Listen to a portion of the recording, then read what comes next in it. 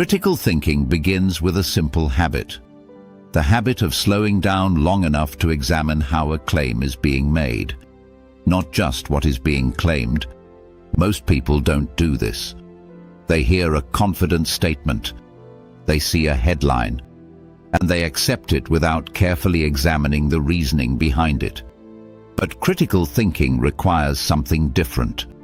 It requires us to pause, ask questions, and evaluate whether an argument actually holds up logically. On this channel, the Critical Thinking Lab, that's exactly what we practice. We don't just look at arguments supporting an idea. We spend a lot of time analyzing arguments against it. Because if an idea can survive its strongest criticisms, it deserves serious consideration. And if those criticisms fail logically, that's worth understanding too. Today, we're applying that framework to another debate in the Bitcoin world. This time, the topic is self-custody. More specifically, the claim that prioritizing self-custody is unnecessary or even paranoid. This debate gained attention after comments made by Michael Saylor. Saylor is the executive chairman of MicroStrategy, a company famous for holding billions of dollars worth of Bitcoin. In a recent discussion, he suggested that people who insist on self-custody may be overly paranoid. Those comments triggered strong reactions across the crypto community. Some people agreed with him. Others saw the statement as a misunderstanding of Bitcoin's core design. Instead of reacting emotionally, we're going to analyze the argument logically. But before we begin, a quick disclaimer. This video is for educational purposes only. Nothing in this video is financial advice. I am not telling you to buy, sell, or hold any asset. Some information discussed may rely on publicly available sources. Viewers should always verify claims independently. Critical thinking requires personal responsibility, including fact-checking and understanding your own risk. Now, with that out of the way, let's examine the claim. The argument we're analyzing today can be summarized like this. Self-custody is unnecessary. Institutions can safely hold Bitcoin for you, and people who insist on controlling their own keys are being overly paranoid. At first glance, this argument sounds reasonable. Financial institutions hold assets for people all the time. Banks hold money. Brokerages hold stocks. Retirement accounts are managed by custodians. So the question becomes simple. Why should Bitcoin be any different? To answer that, we need to apply the first rule of critical thinking. Define the terms. What exactly is self-custody? Self-custody means holding and controlling your own private keys. In Bitcoin, private keys are what allows someone to move funds. Whoever controls the private keys controls the Bitcoin. If an exchange controls the keys, they control the funds. If you control the keys, you control the funds. This idea is often summarized with a famous phrase, "Not your keys, not your coins." Now let's examine the second key word in the argument, paranoia. Paranoia suggests irrational fear, fear that is not supported by realistic risk. So the argument is essentially saying this: concern about losing access to Bitcoin through custodians is irrational. But is that actually true? To answer that, we need to examine the assumptions behind the claim. Assumption number 1. Institutions holding Bitcoin are always reliable. History suggests this assumption deserves skepticism. Financial institutions fail. Exchanges get hacked. Companies go bankrupt. Accounts can be frozen. Regulations can change. Access can be restricted. None of these risks are theoretical. They have all happened before. Critical thinking teaches us something important here.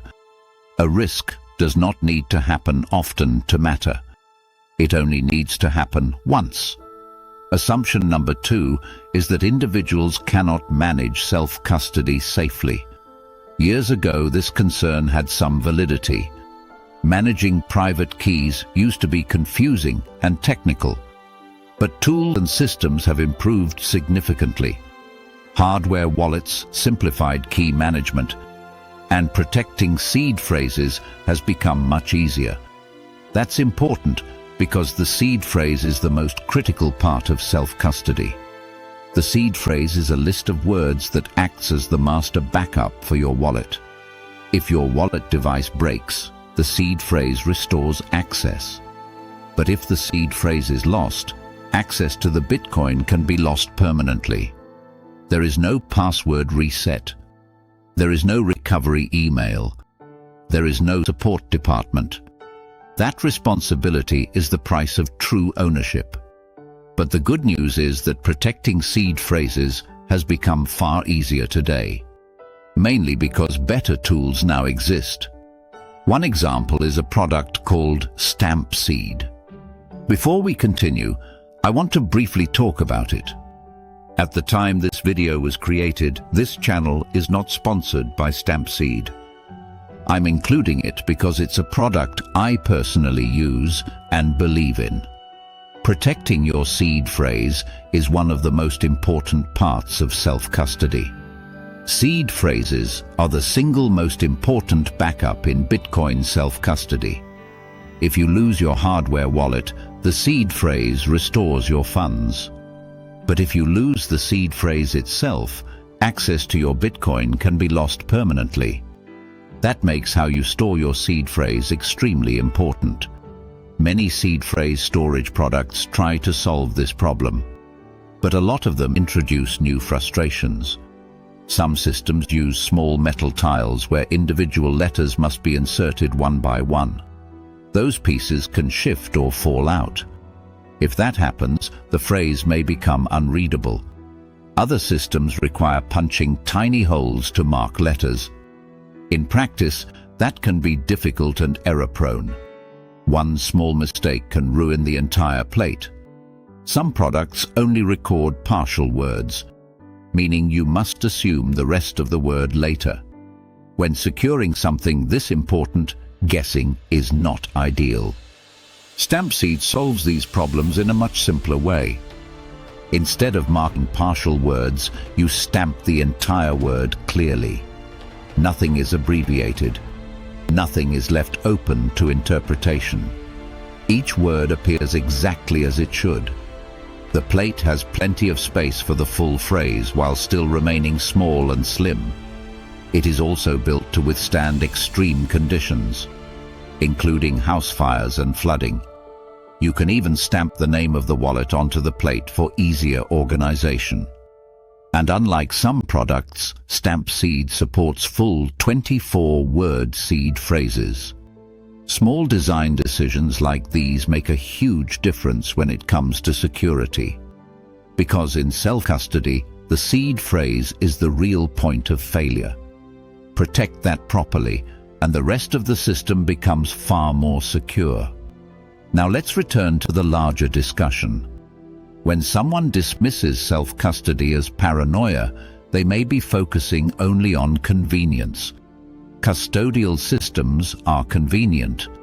They remove responsibility from the user, but they also remove control. Bitcoin introduced something new to finance: the ability for individuals to hold wealth without intermediaries.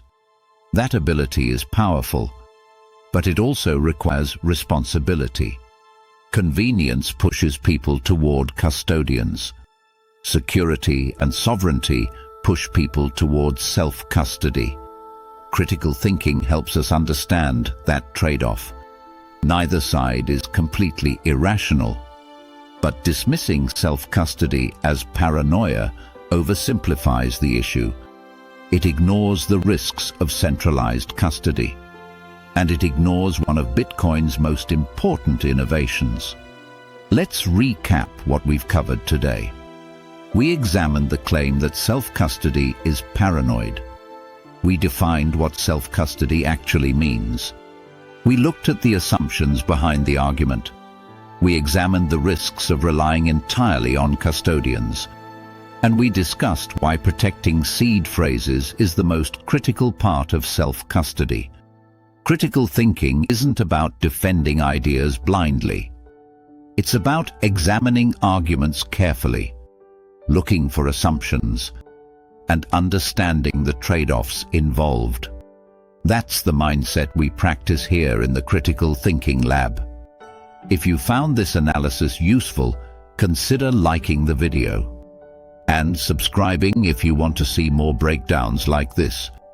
We release new videos regularly, and we're just getting started. See you in the next lab.